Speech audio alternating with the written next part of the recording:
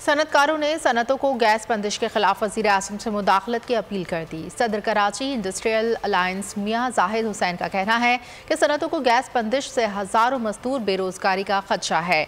Gas बंद होने से बरामदात मुतासर होने के साथ बैरूनी दुनिया के ऑर्डर्स मुकम्मल नहीं हो सकेंगे।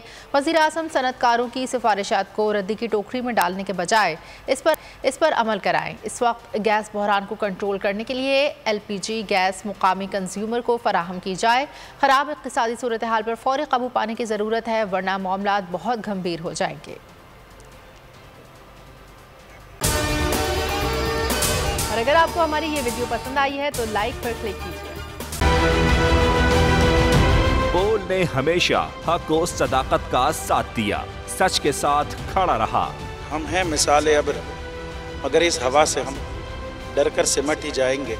ऐसे भी हमने बड़ी मुश्किलात, बड़े बड़े चैलेंजेस है, उसकी आदत डरा रहा है, मेरी फितरत डरा नहीं हूँ मैं, और ये ईमान की ताकत की वजह से। सहाफत पर जब भी कड़ा वक्त आया, सिर्फ बोल खड़ा रहा। इंशाल्लाह अल्लाह बेहतर करेगा, हक बातिल पे गालिब आके रहे। बोल को है जरूरत अवाम के दुआओं की, इज़हार आज़ादी के लिए, पाकिस्तान के लिए।